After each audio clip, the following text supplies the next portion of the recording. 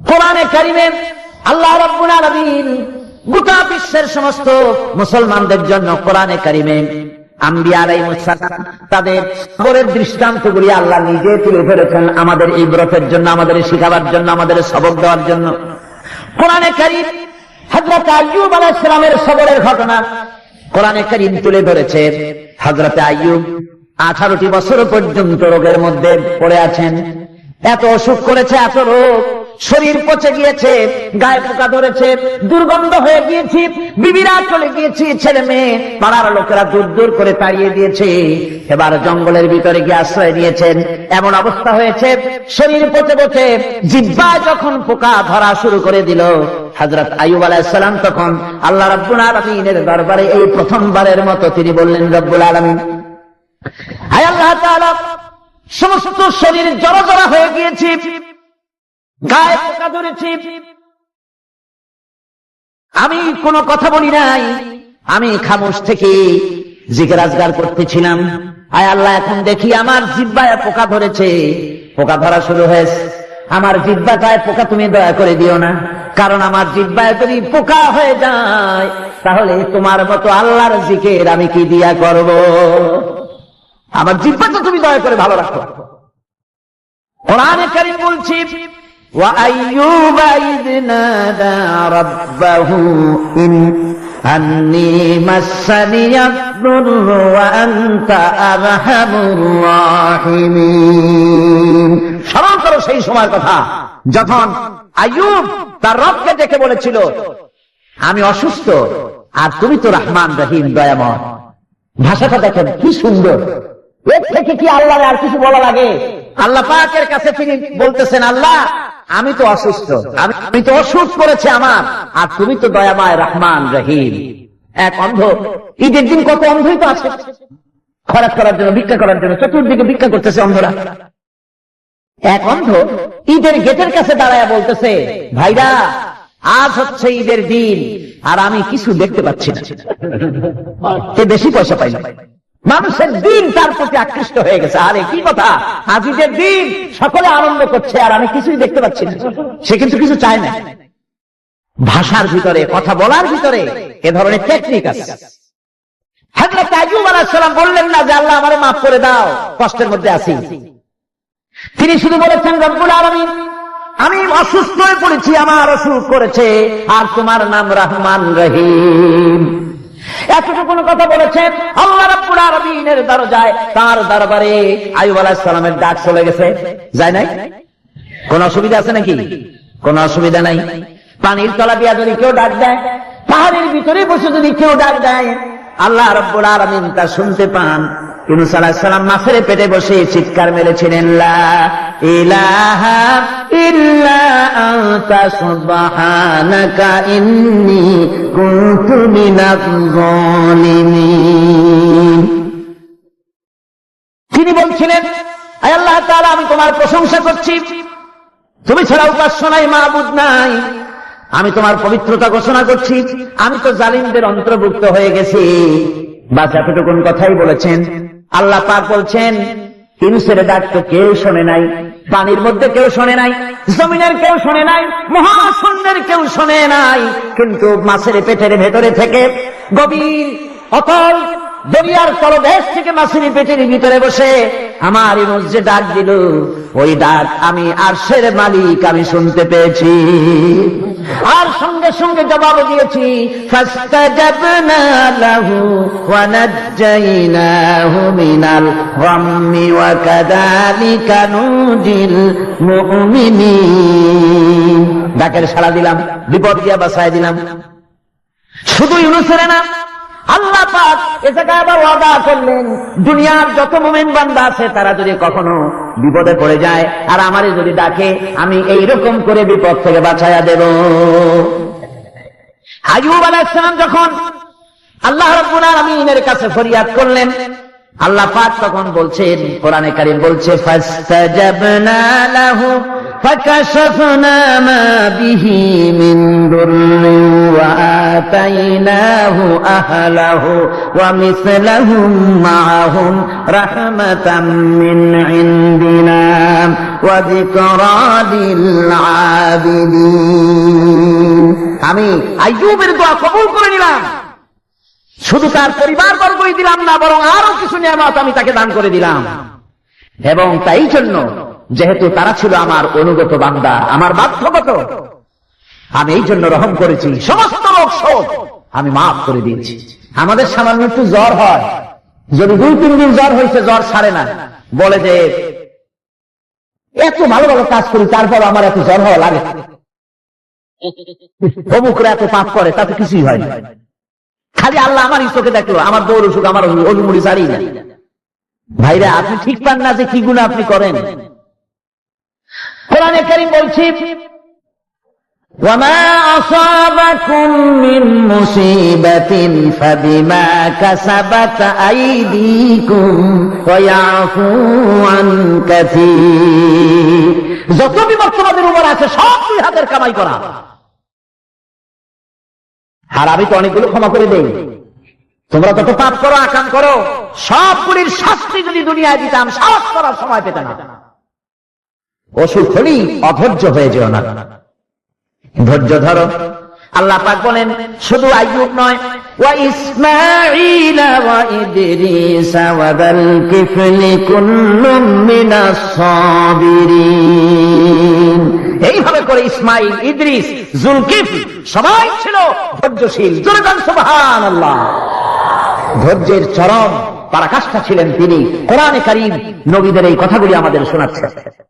হযরত ইয়াকুব আলাইহিস সালাম, কলিজার টুকরা সন্তান হযরত ইউসুফ আলাইহিস সালামের জন্য তার মনটা পাগল ছিল। এত সুন্দর করে আল্লাহ তারে বানাইছিলেন, এত তিনি ছিলেন সৌন্দর্যের পিরামিড, যারা দেখলে চোখ ফিরানো যায় না। এমন সুন্দর সুপুরুষ, যারা দেখি সেই যুগের সুন্দরী যুবতী মেয়েরা রূপের মোহে পড়ে নিজেদের আঙ্গুলগুলি কেটে ফেলে দিয়েছিল। রূপের মোহে এমন অবশ হয়ে গেছে, আঙ্গুল কেটেছে, হাত কেটেছে, টের পায় নাই। আবার ভুল বুঝবেন না, দুনিয়ার সেরা সুন্দর পুরুষ ইউসুফ আলাইহিস সালাম, তা কিন্তু রাসূলের চাইতে বেশি নয়। হযরত উম্মুল মুমিনিন আয়েশা রাদিয়াল্লাহু তাআলা আনহা তিনি বলেছেন, যেই সব সুন্দরী রমণীরা ইউসুফ আলাইহিস সালামকে দেখে রূপের মোহে পড়ে নিজেদের আঙ্গুলগুলো কেটে ফেলেছিল, ওরা যদি আমার হাবিবকে দেখতো, ওরা যদি আল্লাহ রাসূলকে দেখতো, তাহলে হাত কাটতে কাটতে কোন ফাঁকে যে কলিজা কেটে ফেলে দিত, ওরা টের পেত না। আমার বন্ধুগণ, হযরত আইয়ুব আলাইহিস সালাম সন্তানের মায়া, অন্যান্য ভাইরা হিংসায় পড়ে গেল, তারা নিয়ে তাকে কুয়ায় ফেলে দিল। সেখান থেকে তারা একটা ছাগল বা কোনো পশু জবাহ করে তার রক্ত মাখাইয়া জামা এনে হাজির করে দিল। হযরত ইয়াকুব আলাইহিস সালামের সামনে, যে তালে নিয়ে খেলা করতে গিয়েছিলাম, আমরা খেলায় লিপ্ত ছিলাম, বাগে খাইয়া গেলাইছে। এগুলি কি গপ্প? এগুলি কি কোরআন? আল্লাহ পাক শোনাচ্ছেন, বিশ্ববাসীকে শোনাইছেন। সূরা ইউসুফের চাইতে এত সুন্দর উপাখ্যান গোটা পৃথিবীতে আর নাই। সুবহানাল্লাহ। অনেকে ইউসুফ জুলাইখা কেসা খুব মজা করে পড়ে, ফুর্তি করে, প্রেমের গল্প পড়ে। এটা কোনো প্রেমের গল্প নয়। ইউসুফ আলাইহিস সালাম, জুলাইখা ইউসুফ আলাইহিস সালামের জন্য কাঁদতে কাঁদতে চোখ কানা হয়ে গেছে। এরপর ইউসুফ আলাইহিস সালাম জুলাইখারে পাওয়ার জন্য পাগল হয়ে গেছে। নাউযুবিল্লাহ, এটা হয়নি কখন? তিনি আল্লাহর পয়গম্বর। আর আল্লাহ কেমনে তারে বাঁচিয়েছেন? যখন জুলাইখা ঘরের ভিতরে সুন্দর করে যৌন উন্মাদনামূলক চিত্র অঙ্কিত করে ঘরের মধ্যে আটকায় দিয়েছে, তালা লাগায় দিয়েছে, আর নিজে যৌন দীপক কাপড় চোপড় পরেছে না পরার মতোই। সে যুগের সুন্দরী মেয়ে জুলাইখা, তার কুপ্রবৃত্তিকে চরিতার্থ করার জন্য আহ্বান করা হয়েছে। হযরত ইউসুফ আলাইহিস সালাম লক্ষ্য করে দেখলেন, এমন জায়গা, এখান থেকে পালাবার তো পথ নাই, দরজা বন্ধ করে দিয়েছেন। তিনি শুধু তখন কেবলমাত্র আল্লাহ রাব্বুল আলামিনকে ভয় করলেন। আল্লাহকে ভয় করে আল্লাহ আল্লাহর নাম নিয়ে যখন তালাবদ্ধ দরজার দিকে দৌড় দিয়েছেন, আল্লাহ রাব্বুল আলামিন আপন কুদরতে তালাগুলি খুলে দরজা তার জন্য উন্মুক্ত করে দিলেন। ইউসুফ আলাইহিস সালামকে হালাই দিয়ে এভাবে করে কাপড় এনে দিল তার সামনে, রক্তমাখা কাপড়। হযরতে ইয়াকুব আলাইহিস সালাম সন্তানদের মুখে কাহিনী শুনে তিনি কি বললেন? কোরআনে কারীমটা কোট করেছে, তিনি চিক দিলেন না, ফাল দিলেন না, ফিট হয়ে পড়লেন না। তিনি বললেন, কলিজার টুকরা সন্তান তার মরার খবর শুনেছেন। তিনি বললেন কি? ফাসাবরুন জামিলুন ওয়াল্লাহুল মুস্তাআনু আলা মা তাসিফুন। আমি উত্তম সবর অবলম্বন করব। তোমরা যে কাহিনী রচনা করেছো এর বেলায় আমি আল্লাহর কাছে সাহায্য চাই। আমি উত্তম সবর অবলম্বন করব। আমার ভাইয়েরা, 11 ভাই মনে করেছিল ইউসুফ আলাইহিস সালামকে মরণ কুয়ায় ফেলাই দিছি। তারা তো ঠিক পায় নাই এটা মরণ কুয়া না, এটা হচ্ছে একটা সুড়ঙ্গ, যাকে ইংরেজিতে বলে টানেল। এটা এমন একটা সুড়ঙ্গ, ওরা মনে করেছে মরণ কুয়া, কিন্তু আল্লাহ রাব্বুল আলামিন এই কুয়াতে এমন বানালেন, ওরা একদিকে ফেলাই দিল মরণ কুয়ায়, এই কুয়ার আর এক মুখ দিয়া আল্লাহ রাব্বুল আলামিন ইউসুফ আলাইহিস সালামকে নিয়ে মিশরের সিংহাসনে বসায়া দিলেন। এটা মরণ কুয়া নয়, এটা রাজ সিংহাসনে বসার সুড়ঙ্গ পথ। ইউসুফ আলাইহিস সালাম আজ প্রেসিডেন্ট, সুবহানাল্লাহ, প্রেসিডেন্ট হয়ে বসে আছেন। ওদিকে কেনানে অভাব লেগে গেছে, সেখানকার মানুষেরা সাহায্য নিতে এসেছে, ওই 11 ভাইও আসছে। হযরত ইউসুফ আলাইহিস সালাম দেখেই চিনে ফেলেছে, ওরা কিন্তু তখনও ঠিক পায় নাই। হযরত ইউসুফ আলাইহিস সালাম চিনে ফেলেছেন। এখন কি করা উচিত? সবগুলাকে ঠ্যাং উপরের দিকে উঠাইয়া তারপরে সমানে ধোলাই দেওয়াই তো স্বাভাবিক ছিল, আমাদের মতো মানুষ হইলে, ঠিক কিনা? ঠিক তো বলবেনি, অভ্যাস তো এটাই। হযরত ইউসুফ আলাইহিস সালাম তাদের সামনে পরিচয় দিলেন। তারা যখন বুঝতে পারল, লজ্জায় তাদের মাথা হেট হয়ে গেল। হযরত তারা এক তো লজ্জা, আর 2 নম্বরের ভয়, জান নিয়ে কেনানে কেউ ফিরে যেতে পারবো না। এখন অবস্থা হয়েছে যে জীবনই যায় নাকি এখানে। হযরত ইউসুফ আলাইহিস সালাম ভাইদের এই করুণ দুরবস্থা বুঝতে পারলেন, বুঝে চরম ধৈর্য ধরে তিনি কি বললেন? তিনি বললেন, লা তাসরিবা আলাইকুমুল ইয়াউম। ও ভাইরা, তোমাদের বিরুদ্ধে আমার কোনো ক্ষোভ নাই, দুঃখ নাই, বিদ্বেষ নাই, হিংসা নাই, আল্লাহর রাস্তায় মাফ করে দিলাম। সুবহানাল্লাহ। এর নাম পয়গম্বর। এর নাম কি? পয়গম্বর। কিসের লেনিন, কিসের মার্কস?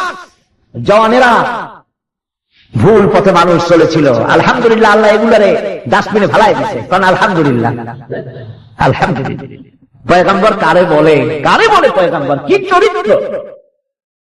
রাসূল কারীম সাল্লাল্লাহু আলাইহি ওয়াসাল্লাম তাকে একজন সাহাবী বলছিলেন, হুজুর বলছেন এই কামটা করলা না কেন? সাহাবী বললেন, হুজুর আপনি যদি চোখের ইশারায় বলতেন মুখ দিয়ে না কইয়া, তাও আমি কামটা করে ফেলতাম, আমি তো বুঝি নাই। হুজুর বললেন, চোখের ধারে করে কাজ করা নবুয়তের শান নয়। আল ওয়াদুহু ওয়াস সারাহা, নবীরা যা করেন তা ডাইরেক্ট, কোনো বক্রতা নাই, স্পষ্ট কথা। আমার ভাইরা, হযরত ইউসুফ আলাইহিস সালাম বিনিয়ামিনকে কাছে নিয়ে পরিচয় দিলেন তার ভাইদের সামনে। কোরআনে কারীম বলছে, ক্বালা আনা ইউসুফ ওয়া হাদা আখি قد من الله علينا إنه من يتقي ويصبر فإن الله لا يضيع أجر المحسنين। আমি ইউসুফ আর এই হচ্ছে আমার ভাই। আল্লাহ আমাদের উপর ইহসান করেছেন। প্রকৃতপক্ষে যারা আল্লাহকে ভয় করে এবং সবর ইখতিয়ার করে, আল্লাহ এভাবে তাদেরকে তাদের আমলকে নিষ্ফল হতে দেন না। আমার এই জামাটা নিয়ে যাও। হযরত ইয়াকুব আলাইহিস সালাম কলিজার টুকরা সন্তান ইউসুফ আলাইহিস সালামের বিরহ যন্ত্রণায় ছেলেকে কতদিন দেখে না, কাঁদতে কাঁদতে চোখ দুটো অন্ধ হয়ে গেছে। মিশর থেকে কেনানের দিকে জামা রওনা হয়েছে। কোথায় মিশর, কোথায় কেনান? জামা যখন রওনা হয়ে গেছে, হযরত ইয়াকুব বলতেছেন আমি যেন আমার ইউসুফের গন্ধ নাকে পেতেছি। জামাত চলে এলো, চোখের উপরে রাখলেন, আল্লাহ রাব্বুল আলামিন তাকে চক্ষুষ্মান বানায়া দিলেন। ভাইরা আমার, পয়গম্বররা সবর করে গোটা দুনিয়ার মানুষের সামনে দৃষ্টান্ত সেট করেছেন সবর কারে হয়। আমার ভাইরা, হযরত ইব্রাহিম আলাইহিস সালামের কথা আল্লাহ পাক কোরআনে কারিমে বলছেন সবর কারে কয়, দেখো শেখো সবর কারে কয়। আল্লাহ পাক বললেন, ইব্রাহিম তোমার বিবি আর তোমার নবজাতক এই সন্তানকে রেখে আছো মক্কা নগরীতে। তিনি চলে গেলেন, সেখানে ঘর নাই, বাড়ি নাই, কিচ্ছু নাই, চতুর্দিকে ধুধু বালু আর মরুভূমি। হযরত হাজরা বলছেন, ইব্রাহিম সামান্য পানি আর খাবার দিয়া আমার সন্তান শুদ্ধ এখানে রেখে যেতেছো, আমি কি অপরাধ করেছি? কোনো জবাব নাই। দুইবার তিনবার বলার পরে হাজরা বলছেন, ইব্রাহিম গো, তবে কি আমার আল্লাহর হুকুম মতো আমারে রেখে যাচ্ছ নাকি? হযরত ইব্রাহিম আকাশের দিকে আঙ্গুল উঁচু করলেন, কথা বলবেন বাক শক্তি বেরোচ্ছে না। 80 বছর বয়সের সময় একটা বাচ্চা আল্লাহ তাআলা দিচ্ছেন, আর এমন বাচ্চা পয়গম্বরের ছেলে, কি সুন্দর চেহারা, মরুভূমির উপরে ফালাই দিয়ে রওনা হয়ে যাচ্ছেন, মুখ দিয়ে কথা সরছে না, আকাশের দিকে দেখালেন। হযরত হাজরা বুঝতে পারলেন। হযরত হাজরা বলেন, ইব্রাহিম কোনো চিন্তা নাই, নিশ্চিন্ত করে বাড়ি ফিরে যাও। আমি আমার আল্লাহর উপরে এতটা ভরসা করি, আল্লাহর হুকুমে যদি আমার এখানে রেখে যেয়ে থাকো, আল্লাহ পাক আমাকে আর আমার কলিজার টুকরা ইসমাইলকে পানিতে আর খাবারে মারবেন না, অবশ্যই তিনি ব্যবস্থা করবেন। ব্যবস্থা হয়ে গেল, হযরত ইসমাইল বড় হয়ে গেলেন। আল্লাহ পাক অর্ডার করলেন, জবাহ করো ছেলেকে। হযরত ইব্রাহিম আলাইহিস সালাম যখন জবাহের প্রস্তাব করলেন, হযরত ইসমাইল তা আপত্তি করতেন, বাবাজি আমার মায়ের আর আমাকে বাচ্চা অবস্থায় ফেলে গেলেন, খাবার দেন নাই, পড়ার দেন নাই, বছরের পর বছর আমাদের এখানে কাটলো, দেখতেও আসেন নাই, আজ আসছেন জবাহ দিতে। এটা কেমন কথা? কি ধরনের বাপ আপনি? এরকম বলছে নাকি? এরকম বলছে। হযরত ইব্রাহিম আলাইহিস সালাম প্রস্তাবটা কিভাবে পারলেন? আল্লাহ পাক কোরআনে কারিমের দৃষ্টান্ত রেখে দিয়েছেন। আল্লাহ পাক বলছেন, হযরত ইব্রাহিম ছেলেকে বললেন, ইয়া বুনাইয়া, হে আমার কলিজার টুকরা, লাডলা, হে আমার কলিজার টুকরা সন্তান, ইন্নী আরা ফিল মানাম আন্নী আযবাহুক, আমি স্বপ্নে দেখছি আমি যেন তোমাকে জবাহ করতেছি। ফানজুর মাযা তারা, তোমার রায় কি বলো? আমি তো স্বপ্নে দেখছি যে আমি তোমার জবাহ করতেছি, এখন তোমার রায় কি, তোমার মত কি? হযরত ইসমাঈল আলাইহিস সালাম শুনিয়া দিলেন দৌড়, নাকি না? হযরত ইসমাঈল আলাইহিস সালাম ধৈর্যের প্রতীক, তিনি কি কথা বললেন? তার মুখের কথা কোরআন শরীফ আল্লাহ পাক উঠায় দিলেন। হযরত ইসমাঈল বললেন, ইয়া আবাতি ফাআল মা তু'মার সাতাজিদুনি ইনশাআল্লাহু মিনাস সাবিরিন, হে আমার পিতা, আপনি যে ব্যাপারে আদিষ্ট হয়েছেন আপনি তা পালন করুন, অবশ্যই আমাকে ধৈর্যধারীদের মধ্যে পাওয়া যাবেন। সুবহানাল্লাহ। এক বর্ণনায় এসেছে, হযরত ইসমাঈল বললেন, আব্বাজান আমি ধৈর্যধারীদের ভিতরে আমারে পাবেন, তবে জবাহ করার আগে আমার হাত পাটা একটু বেঁধে নেন, কারণ জবাহের যন্ত্রণায় আপনার গায়ে যদি আমার হাত পা লেগে যায় তো বেয়াদবি হয়ে যেতে পারে। আর আমি মরে আমার জবাহ হয়ে যাওয়ার পর আমার রক্ত মাখা জামা টানিয়া আমার মা হাজেরারে দিবেন, কারণ তাকে মা বলবার মতো আর তো কেউ নাই। হযরত ইব্রাহিম তাকে বাঁধবার জন্য প্রস্তুতি নিলেন। হযরত ইসমাঈল বলছেন, আব্বাজান বাঁধবেন না, বাঁধার প্রয়োজন নাই। বলে, কেন? একবার বাঁধতে বললে আবার তুমি নিষেধ করছো কেন? ছেলে বলছেন, আব্বাজান বাঁধবো না এই জন্যে, হয়তো কিয়ামতেই প্রশ্ন উঠতে পারে যে আল্লাহর হুকুমে রাজি ছিল না বলে হাত পা বাঁধা জবাহ করছে, আমি এই সুযোগ দিব না, আপনি জবাহ করেন, আমি এতটুকু নড়াচড়া করব না। ধৈর্যের চরম প্রতীক হযরতে ইসমাঈল আলাইহিস সালাম দেখাই দিয়েছেন ধৈর্য কারে কয়। আমার বন্ধুগণ, এই পৃথিবীর সবচাইতে ধৈর্যের বড় প্রতীক হতেছে ইমামুল মুরসালিন, আশরাফুল আম্বিয়া, সাইয়্যিদুল মুরসালিন, জনাবে মুহাম্মাদুর রাসূলুল্লাহ সাল্লাল্লাহু আলাইহি ওয়াসাল্লাম। আমার বন্ধুগণ, সবচাইতে বড় ধৈর্যের প্রতীক তিনি।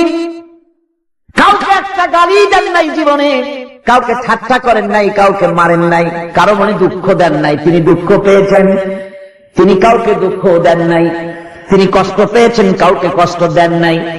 আমার ভাইয়েরা, তায়েফের ময়দান আমার নিজের চোখে তায়েফে যেদিন আমি তায়েফ দেখলাম, আমি তায়েফে ঢুকেছি, জীবনে কোনোদিন যাই নাই। রমজান মোবারকে আমি সেখানে গেলাম, আমাকে বসার জন্য তারা নিয়ে যাবে। আমি বললাম আগে বসবো না, আমারে আগে নিয়ে যাও, আমার নবীকে কোন জায়গায় ওরা মেরেছিল সে জায়গাটা দেখো। তায়েফের সেই গলিতে যখন আমি গিয়েছি, দুই দিকে পাহাড় দাঁড়ানো, তায়েফের লোক আমার সাথে ছিল। তারা বলল এই জায়গাটা প্রথম যেখানে চতুর্দিক থেকে নবীজিকে পাথর মারছিল আর আল্লাহর নবী বেহুশ হয়ে পড়ে গিয়েছিলেন। 3টা দিন না খাওয়া, হযরতে খাদিজা নাই, আবু তালিব নাই, মক্কায় জায়গা নাই পা রাখার। নবীজি 3টা দিন ঘুরলেন। নেতারা বলল তুমি যদি নবী হবে তো এতিম হলে কেন? আল্লাহ নবী বানাবার জন্য কি একটা ধনী মানুষ পায় না? তোমার মতো এতিম আর গরিবের নবী বানাইলো কেন? আল্লাহ নবী 3 দিন পর যখন দেখলেন কেউ দাওয়াত শোনে না, কেউ মানে না, কেউ গ্রহণ করে না, তখন তিনি নেতাদের অনুরোধ করলেন ঠিক আছে দাওয়াত তো কবুল করল না, তবে একটা কাজ অন্তত আমি যে তায়েফে আসছিলাম এই খবরটা মক্কায় দিও না, ওরা আরো অত্যাচার বাড়াই দেবে। এই কাফিরগুলি খবর তো মক্কায় পাঠালো, আর সমস্ত যুবকদেরকে লেলিয়ে দিল। যুবকেরা চতুর্দিকে দাঁড়াইছে, রাসূলকে পাথর মারা শুরু করে দিল। আমি যখন রেল লাইনের থেকে হাঁটি, যখন রেল লাইন কোন সময় দেখি, রেল লাইনের পাথরগুলি দেখলেই আমার মাথায় যেন কেন তায়েফের কথা মনে এসে যায়। আরে মানুষের গায়ে পাথর মারলে কি অবস্থার সৃষ্টি হয়? পাথর নূরের শরীর, রহমতের শরীর, কিছু কিছু রক্ত ছড়ছে। নবীজিকে জোর করে উঠাইয়া জবরদস্তি করে হাঁটার জন্য তারা ধাক্কা মারতেছে। আবার কিছুদিন গিয়ে নবীজি আবার বেহুশ হয়ে পড়েছেন, এইখান থেকে আবার উঠাইছে, আবার ধাক্কা মারতেছে।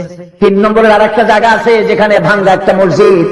তায়েফের লোকেরা আমাকে বলল এই জায়গাটা হলো শেষ জায়গা যেখানে রাসূল করিম 3য়বারের মতো বেহুশ হয়েছিলেন, এখানেই হুজুরের রক্ত ঝরেছে বেশি। 2 রাকাত নামাজ পড়লাম, সিজদায় পড়ে এমন কান্না কাঁদলাম আল্লাহর কাছে। নবীজি যখন হুঁশ এসেছে, হযরতে জিবরাইল বলেন ইয়া রাসূলুল্লাহ, আপনার এই কষ্ট দেখে ফেরেশতারা কাঁদতেছে, আপনি অনুমতি দিয়ে দেন এই 2 পাহাড়কে মিলাইয়া সমস্ত তায়েফবাসী কাফেরগুলি মাটির সাথে মিশাইয়া দেই। নবীজি বললেন জিবরাইল, আমি যদি হুকুম করি আর আমার হুকুম মতো যদি এই কাম করো, একটা কাফেরও যদি না বাঁচে তাহলে কার মুখে পৌঁছাবো লা ইলাহা ইল্লাল্লাহু মুহাম্মাদুর রাসূলুল্লাহ। আমার ভাইরা, হুজুর সাল্লাল্লাহু আলাইহি ওয়াসাল্লাম উঠে বসলেন। এমন সময় হযরতে যায়েদ শরীরের রক্তগুলি মুছে দিতেছেন। হুজুর সাল্লাল্লাহু আলাইহি ওয়াসাল্লাম বসে 2খানা হাত উত্তোলন করলেন। নবীজির চোখ থেকে পানি গড়ায় পড়তেছে। আরে কেউ নাই, আল্লাহ ছাড়া কেউ নাই সাহায্য করার। নবীজি হাত তুলে মুনাজাত করতেছেন, চোখ দিয়া পানি পড়ে দাড়ি ভিজে পড়তেছে, গায়ে দিয়া রক্ত ঝরতেছে। নবীজি কি দোয়াটা করলেন? বদদোয়া করলেন না, গজব দিতে বললেন না, নবীজি দোয়া করলেন রব্বুল আলামিন, এই তায়েফের লোকেরা আজকে আমার সাথে যে ব্যবহারটা করেছে, ওরা বোঝে নাই যে আমি তোমার নবী, ওরা বোঝে নাই যে আমি তোমার রাসূল, না বুঝে আমার উপরে যে অত্যাচারটা করলো, আল্লাহ তুমি এই জন্য রাগ করে এই তায়েফে তুমি গজব দিও না। আল্লাহ পাক পরবর্তী সময় হুজুরকে স্মরণ করায় দিলেন, ওয়া মা আরসালনাকা ইল্লা রাহমাতাল লিল আলামিন। ও নবী, আপনি হচ্ছেন আমার সমস্ত সৃষ্টি জগতের জন্য, আপনি আমার রহমত, আমার গোটা বিশ্বের জন্য আপনার, আমার সৃষ্টি জগতের জন্য আপনি আমার করুণা। একটা রাসূলের এই কষ্ট দেখে বাগান থেকে 1 গ্লাস আঙ্গুরের শরবত এনে হাজির করেছে। এত কষ্টের পর 3 দিনের না খাওয়া আঙ্গুরের একটা শরবত পাইয়া হুজুর খুব খুশি হলেন। শরবত গ্লাস পান করে হুজুর বলছেন, তোমার নাম না আত্তাস? তিনি বলছেন, হ্যাঁ হুজুর আমার নাম আত্তাস। তোমার বাড়ি না ইউনূস আলাইহিস সালামের গ্রামে? বলে হ্যাঁ আমার বাড়ি সেই গ্রামে। তা আপনি কি করে জানলেন আমার নাম আব্বাস আর আমার বাড়ি ইউনূস আলাইহিস সালামের জায়গা আপনি জানলেন কি করে? হুজুর বললেন আমি নবী, হযরত ইউনূস নবী, একজন নবীর খবর আর একজন নবীর কাছে থাকে।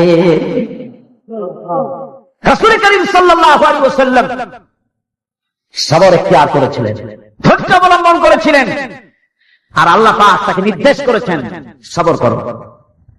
واتبع ما يوحى إليك واصبر حتى يحكم الله। তুমি কেবল সেই জিনিসের অনুসরণ করো যা আমি তোমার প্রতি অবতীর্ণ করেছি, আমি আপনার উপরে যেটা অবতীর্ণ করেছি ওটার অনুসরণ করুন আর সবর ইখতিয়ার করুন যতক্ষণ না আল্লাহর পক্ষ থেকে চূড়ান্ত ফয়সালা না আসে। ধৈর্য ধরুন, ধৈর্য ধরুন। আমার ভাইরা, কাফেরদের নির্যাতনের মোকাবেলায় আল্লাহ পাক তার হাবিবকে সান্ত্বনা দিয়েছেন।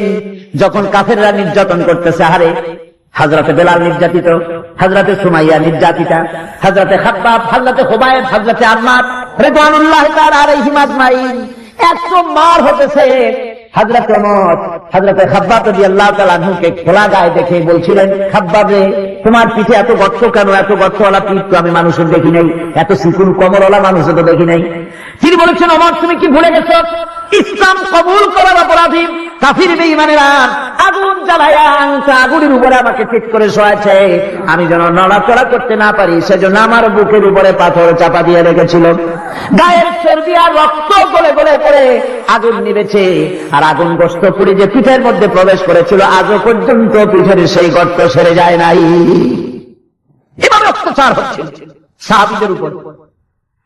আল্লাহ রাব্বুল আলামিন তার হাবিবকে সান্ত্বনা দিলেন, ওয়াসবির ওয়া মা সাবরুকা ইল্লা বিল্লাহি ওয়া লা তাহজান আলাইহিম ওয়া লা তাকু ফি যায়কিন মিম্মা ইয়ামকুরুন।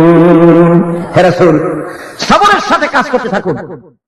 আপনার এই সবরের তৌফিক তো আল্লাহই দিয়েছেন, আর ওদের সমস্ত ষড়যন্ত্র, ওদের অপকৌশলে আপনি দুঃখিত হবেন না, চিন্তা করবেন না, ভারাক্রান্ত হবেন না, আপনি নিশ্চিত থাকুন। ওয়াসবির লিহুকমি রাব্বিকা ফাইন্নাকা বিআয়ুনিনা। হে নবী, আপনার রবের চূড়ান্ত ফয়সালা আসা পর্যন্ত ধৈর্য ধারণ করুন। আপনি তো আমার চোখের সামনে। সুবহানাল্লাহ, সুবহানাল্লাহ। আপনি আমার চোখের সামনে, কে আপনাকে কি করবে আমি দেখবো না? সুবহানাল্লাহ। মন্ত্রী যদি, এই সলিমুদ্দিন মার্কা মন্ত্রী যত আছে, এই মন্ত্রীরা যদি তা দেখাতে ভয় কিসে? আমি তোকে দেখছি না? সাহসটা কেমন বাড়ে, কেমন বাড়ে সাহস। আরে কোন মন্ত্রী ছাতা মাতা না, কোন প্রেসিডেন্ট রাজা বাচ্চা না, আকাশ আর জমিনের মালিক আমার আল্লাহ রাব্বুল আলামিন বলছেন, হাবিব কোন চিন্তা নাই, আপনি আমার চোখের সামনে। ওরা চায় আপনাকে দুনিয়া থেকে মিটাই দিতে, আর আমি চাই ওয়ারাফানা লাকা যিকরাক, আপনার প্রশংসা তো হবে গোটা বিশ্ব জুড়ে, সর্বত্র ছড়িয়ে যাবে আপনার নাম। সুবহানাল্লাহ। আল্লাহ পাক অন্যত্র বলেছেন, ওয়ালাকাদ কুযযিবাত রুসুলুম মিন ক্বাবলিকা ফাসাবারু আলা মা কুযযিবু ওয়া উযু হাত্তা আতাহুম নাসরুনা। হে মুহাম্মদ সাল্লাল্লাহু আলাইহি ওয়াসাল্লাম, আপনার পূর্বে অসংখ্য নবী রাসূল এই পৃথিবীতে আসছে এবং জুলুম আর নির্যাতনের শিকার তারা হয়েছেন। অবশেষে তাদের প্রতি আল্লাহর সাহায্য এসেছে। সুতরাং আপনাকেও ধৈর্য ধারণ করতে হবে, ধৈর্য ছাড়া কোনো পথ নাই, ধৈর্য আপনাকে ধারণ করতেই হবে। আর এই ধৈর্য ধারণ করলে পরে আল্লাহর চূড়ান্ত ফয়সালা আসবে, তখন আল্লাহ পাক মেহেরবানি করবে। আমার ভাইরা, এই ধৈর্য পৃথিবীর সমস্ত পয়গম্বররা ধৈর্য অবলম্বন করেছেন, কখনো অধৈর্য হন। দিন কায়েমের সংগ্রামে নবী রাসূলগণ দারুণ ভাবে সবর ইখতিয়ার করেছেন।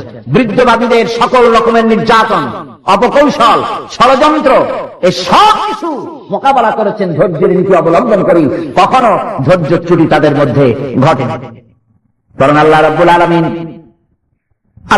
আলামিন তাদের প্রতি সন্তুষ্ট হয়েছেন যারা এই ধৈর্য ধরেছেন। তাদের উপরে সন্তুষ্ট হয়ে আল্লাহ রাব্বুল আলামিন বলেছেন, ওয়া কাআইয়্যিম মিন নাবিয়্যিন কাতালা মাআহু রিব্বিয়ুনা কাসীর। এর আগে অনেক নবী এসেছিলেন যাদের সাথে বহু আল্লাহওয়ালা লোক লড়াই করেছেন। ফামা ওয়াহানু লিমা আসাবাহুম ফি সাবিলিল্লাহি ওয়ামা যাফু ওয়ামা ইসতাকানু। আল্লাহর পথে তাদের উপর যত বিপদ এসেছিল তারা হতাশ হয়ে পড়েন নাই, দুর্বলতা দেখাননি, বাতিলের সামনে মাথা নত করেন। ওয়াল্লাহু ইউহিব্বুস সাবিরিন। আর আল্লাহ পাক ধৈর্যশীল যারা তাদেরকে আল্লাহ পাক ভালোবাসেন। আমার ভাইরা, ধৈর্যের পরিচয় রাসূল করিম সাল্লাল্লাহু আলাইহি ওয়াসাল্লাম উহুদের ময়দানে যখন আক্রান্ত হয়ে গেলেন, চতুর্দিকে কাফেররা ঘিরে ধরেছে, বাঁচার কোনো পথ নাই। সাহাবায়ে কেরাম রাসূলকে পাহারা দিলেন। যারা রাসূলকে পাহারা দিতে দাঁড়ায়ছেন, জীবন দিয়ে পাহারা দিতে দাঁড়ায় গেছেন, রাসূলের দিকে মুখ দিয়া পিঠটা বাইরের দিকে দিয়ে রাসূলকে পাহারা দেওয়া শুরু করেছেন। হুজুরকে পাহারা দিতে যারা দাঁড়িয়েছিলেন, কাফের কর্তৃক নিক্ষিপ্ত কি তীরগুলি এসে যখন বিঁধতেছিল, শুধু একজন সাহাবী হযরত তালহার পিঠের ভিতরে রাসূলকে হেফাজতের জন্য 80টা তীর একজনের পিঠের মধ্যে গিয়ে ঢুকেছে। এক অসতর্ক মুহূর্তে নবীজির ডান্ডা মোবারক শহীদ হয়ে গেল, শিরস্থান ভেঙে গেল, লোহার কড়া প্রবিষ্ট হয়ে গেল কপালের ভিতরে। হুজুর মাথা ঘুরে পড়ে গেলেন। হযরত আবু উবাইদা রাদিয়াল্লাহু তাআলা আনহু হুজুরের মস্তক মোবারককে করে নিয়ে তারপরে বহু কষ্ট করে মাথা থেকে লোহার কড়া বের করলেন। এবার ওই কড়ার ছিদ্র দিয়ে রক্ত আসতেছে, মুখ দিয়ে রক্ত পড়তেছে, দাড়ি ভিজে যাচ্ছে। বুখারী শরীফে এসেছে, আল্লাহর নবী দুইখানা হাত নিজের চেহারার উপরে মলে আনে টাটকা রক্ত চোখের সামনে দেখে বলছেন, আহারে, এই কওমের সালাত কি করে হবে, এই কওমের মুক্তি কি করে হবে, এই কওমের নাজাত কি করে হবে, যে কওম তার নবীর চেহারা রক্ত দিয়ে আল্লাহ বানাইয়া দিল। নবীজি বললেন, আল্লাহুম্মা গফিরলি কওমি ফাইন্নাহুম লা ইয়ালামুন। আয় আল্লাহ পাক, আমার এই কওম বুঝতে পারে না, ওদেরকে মাফ করে দাও। খবর ছড়িয়ে গেল নবীজি শহীদ হয়ে গিয়েছেন। খবর ছড়িয়ে গেল চতুর্দিকে, মদিনায় খবর ছড়িয়ে গেল। মানুষ পাগলের মতো দৌড়ানো শুরু করে দিল। এক মেয়ে লোক দৌড়াচ্ছে উহুদের দিকে, কয়েকজন সাহাবীর সঙ্গে দেখা। তারা জিজ্ঞেস করলেন, দৌড়াও কেন মহিলা, যাও কই? কয় উহুদের দিকে যেতেছি। কয় যায় তো কোনো লাভ নাই, যেহেতু তোমার যে স্বামী এসেছিলেন জিহাদের ময়দানে তিনি তো শহীদ হয়ে গেছেন। মহিলা বলতেছে, কে শহীদ হয়েছে শুনতে চাই না, আগে বলো নবীজি কেমন আছে। আবার কিছুক্ষণ পর আর কয়েকজনের সঙ্গে দেখা। তারা বলছে, মেয়ে লোক দৌড়াও কই? যাচ্ছি উহুদের দিকে। তারা বলছেন যে কোনো লাভ নাই, তোমার যে দুইটা কলিজার টুকরা সন্তান উহুদে এসেছিল দুটোই শহীদ হয়ে গেছে। মা বলতেছি, ও সাহাবী, কে শহীদ হয়েছে শুনতে চাই না, তাড়াতাড়ি করে বলো আল্লাহর নবী মুহাম্মদ রাসূলুল্লাহ সাল্লাল্লাহু আলাইহি ওয়াসাল্লাম কেমন আছেন। দৌড়াতে দৌড়াতে উহুদের মাঠে সাহাবায়ে কেরাম পরিবেষ্টিত। আল্লাহর নবীর কাছে গিয়ে হুজুরের জীবিত চেহারা মোবারকের দিকে তাকায়া মেয়ে লোকটি কাঁদতেছে আর বলতেছে, ইয়া রাসূলুল্লাহ, আমার স্বামী মরা শোক, আমার কলিজার টুকরা দুইটা সন্তান মরা শোক আমার কলিজা থেকে মুছে গেছে, আপনি বেঁচে আছেন, তামাম মুসলমানদের এর চাইতে বড় সান্ত্বনার নাই। ভাইরা আমার, রাসূল করিম সাল্লাল্লাহু আলাইহি ওয়াসাল্লাম এভাবে করে ধৈর্যের পরিচয় দিয়েছেন। গালাগালি দেন নাই, রাগ করেন নাই, বদদোয়া করেন নাই। সুবহানাল্লাহ কোন সুবহানাল্লাহ। ভাইরা আমার, এই সবর এমন মহান বৈশিষ্ট্য এর মধ্যে রয়েছে, জিহাদের ময়দানে যদি লোক কম হয় আর যদি তাদের মধ্যে সবর থাকে, বেশি সংখ্যক লোকের উপরে আল্লাহ পাক সবরকারীদেরকে বিজয়ী করে দিবেন। কোরআনে কারীমে রব্বুল আলামিন বলেন, কাম মিন ফিয়াতিন কালিলাতিন গালাবাত ফিআতান কাসীরাতান বিইযনিল্লাহ আল্লাহু মা'আস সাবিরিন। এমন ঘটনার বহু নজির আছে যে কম সংখ্যক লোকেদের উপরে আল্লাহ পাক বেশি সংখ্যক লোকেদের উপর আল্লাহ পাক কম সংখ্যক লোকদেরকে জয়ী করে দিয়েছেন। আল্লাহু মা'আস সাবিরিন। আর আল্লাহ আছে ধৈর্যশালীদের সাথে। আল্লাহ আছে কাদের সাথে? দেখেন না বদরের কামটা, বদরের ময়দান, 313 জন মুসলমান, অস্ত্রপাতি নাই, সামান্য অস্ত্র, আর কাফেরেরা এসছে হাজারও বেশি। আমার বন্ধুগণ, ধৈর্য কত বড় কাম দিল, ধৈর্য ধারণ করেছেন তারা, আল্লাহর উপরে ভরসা করেছেন। আল্লাহ রাব্বুল আলামিন অস্ত্রের কাজ কি দিয়া করায় দিলেন। একজন সাহাবী এসে বলছেন, হুজুর, জিহাদের ময়দান, ইসলামের প্রথম জিহাদ, আমার কাছে তো অস্ত্র নাই, মেহেরবানি করে একটা অস্ত্র আমারে দেন, আমি লাফায় পড়ি জিহাদের মধ্যে। হুজুর বলেন, অস্ত্র তো আমার কাছে নাই, দিবটা কি? সাহাবী বলছেন, হুজুর, অস্ত্র না থাকে যা পারেন তাই দেন, আপনার হাত দিয়ে যা দিবেন, আমি দাঁড়ায় থাকতে পারবো না, জিহাদে আমাকে শরীক হতেই হবে। নবীজির কাছে পেলেন একখানা শুকনা খেজুরের ডালখানা তুলে সাহাবীর হাতে তুলে দিলেন।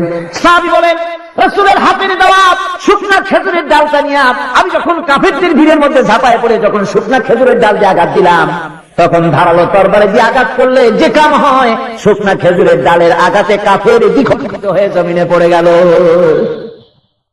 ভাইরা আমার, আল্লাহ রাব্বুল আলামিন সবর যারা করে, সংখ্যা যদি কম হয়, আল্লাহ পাক তাদেরকে বিজয়ী করে দেবেন, এই ওয়াদা আল্লাহ রাব্বুল আলামিন করেছেন। এই সবরের গুণ ছাড়া জান্নাতেও প্রবেশ করা যাবে না, সবর যদি না থাকে বেহেশতে যাওয়া যাবে না। ভালো করে মনে রাখেন, আল্লাহ পাক বলছেন, আম্মা হাসিবতুম আন তাদখুলুল জান্নাতা ওয়া লাম্মা ইয়া'লামিল্লাহুল্লাযীনা জাহাদু মিনকুম ওয়া ইয়া'লামাস সাবিরিন।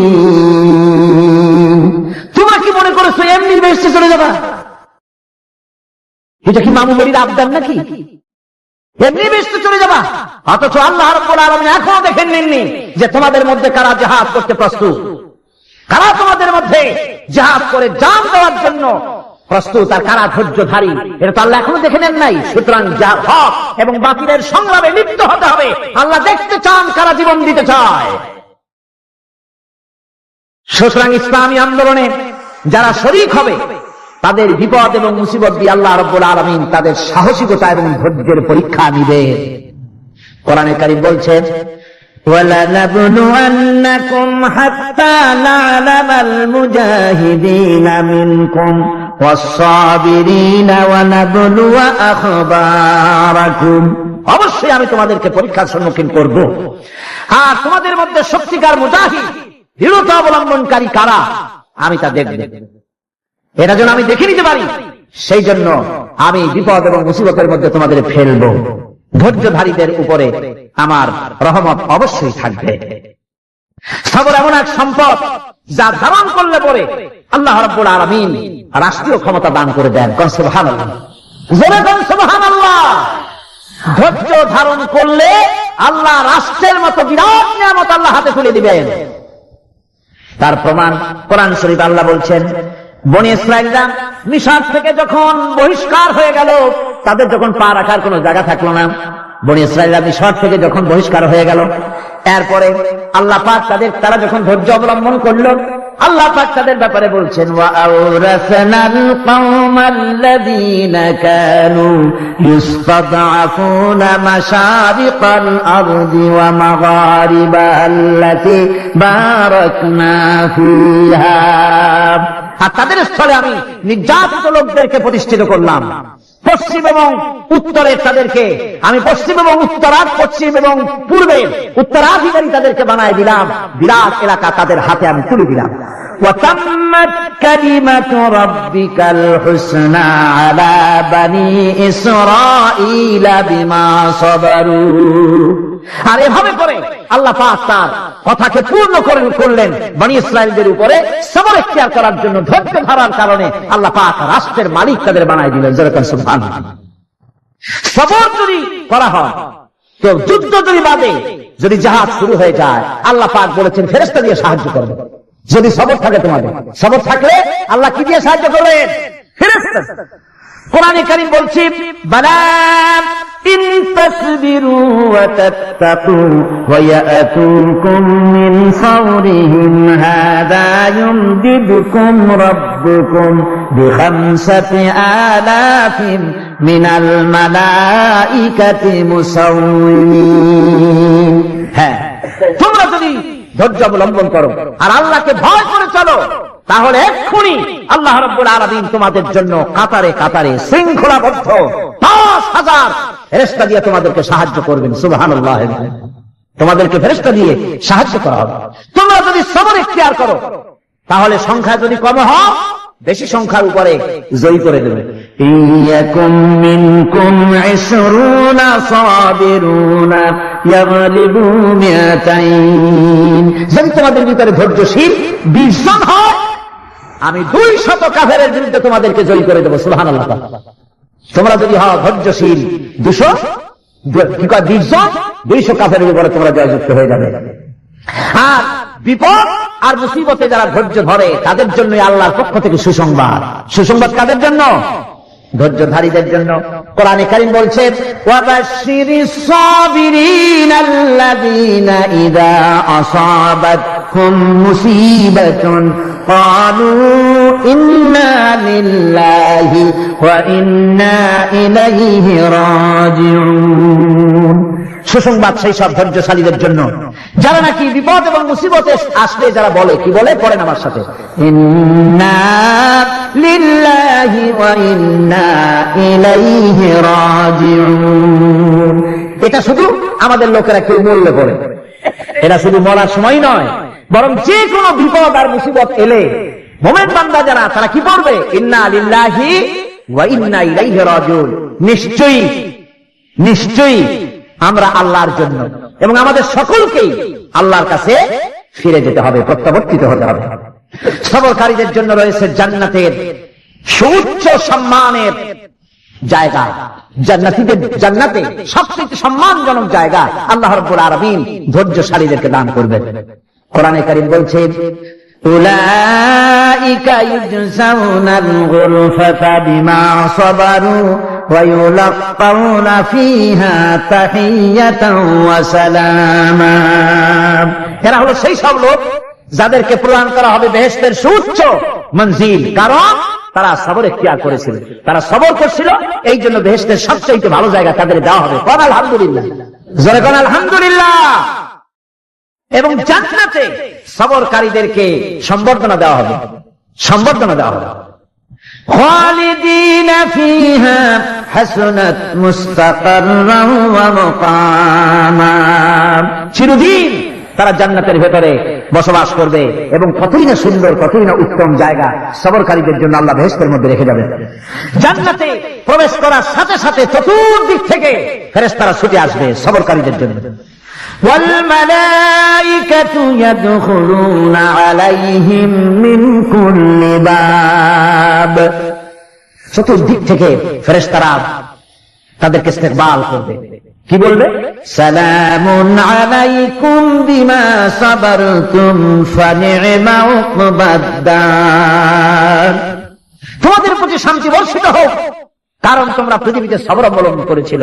কতই না উত্তম জায়গা, কতই না সুন্দর জায়গা আল্লাহ রাব্বুল আলামিন সবরের বিনিময় তোমাদেরকে দান করেছেন। সুতরাং এই সবর হচ্ছে মুসলমানদের জন্য সবচেয়ে বড় নিয়ামত। আজ আমার তো মনে হয় পৃথিবীতে মুসলমানরাই সবচেয়ে বেসবর।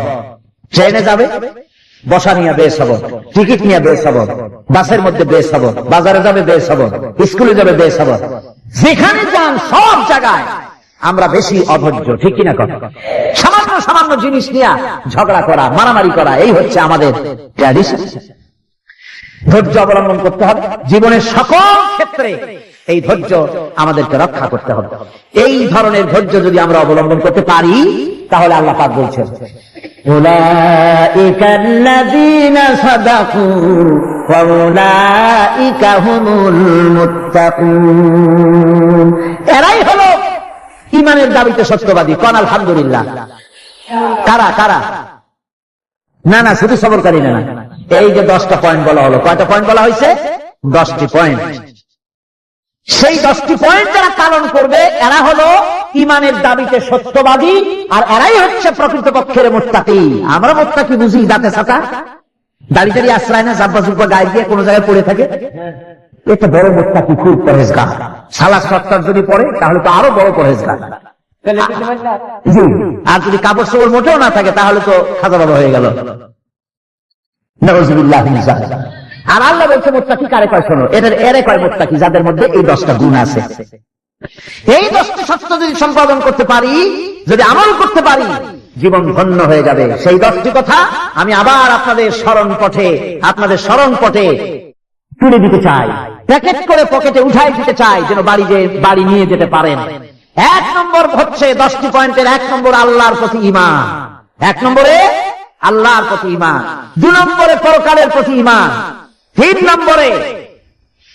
নম্বরে ফেরেশতাদের উপর ঈমান, 4 নম্বরে কিতাবের প্রতি ঈমান, 5 নম্বরে নবীদের প্রতি ঈমান, 6 নম্বরে সহায় সম্বলহীন নিকটবর্তী আত্মীয়, ইতিম, মিসকিন, প্রবাসী, মুসাফির, সাহায্য প্রার্থী এদেরকে মুক্ত করার জন্য এদেরকে সাহায্য প্রদান করা, 7 নম্বরে নামাজ প্রতিষ্ঠা করা, 8 নম্বরে যাকাত আদায় করা, 9 নম্বরে ওয়াদা পালন করা, 10 নম্বরে সবর এখতিয়ার করা। কয়টা হলো?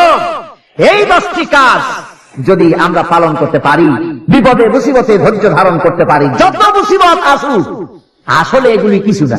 মুসিবত আল্লাহ টেস্ট করবেন, মুসিবত দিয়া আল্লাহ টেস্ট করেন। দেখা যায় যে এদের শক্তি খুব বেশি, চোখে আপনি দেখতে পারেন, কিন্তু আল্লাহ বলছেন ইন্না কায়দা শায়তানে কানা দাঈফা। বাতিলরা হলো শয়তান, বাতিলরা কি? আর ওদের চক্রান্ত আসলেই দুর্বল, এদের চক্রান্ত আসলে কি? দুর্বল।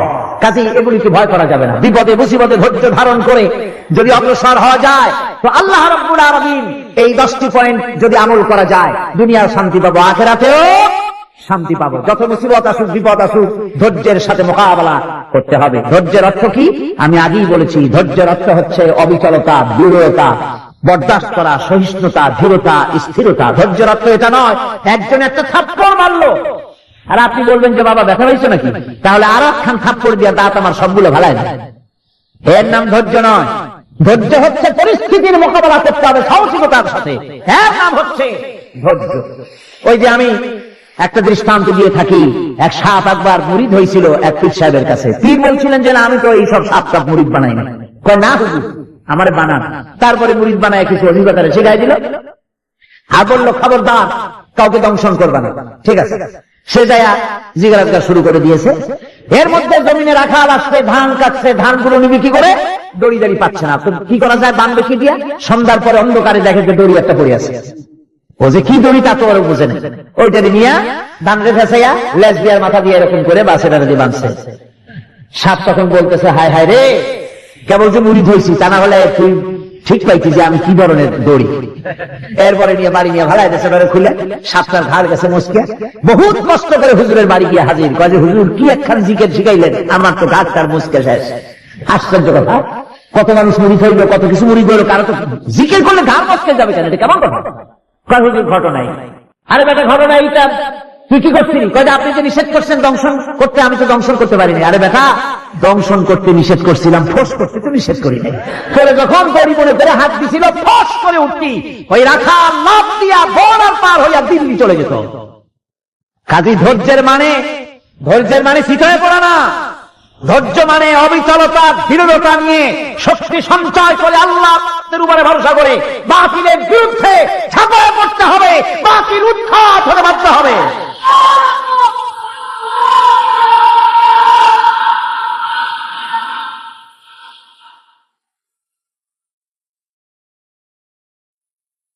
ভাইরা আমার,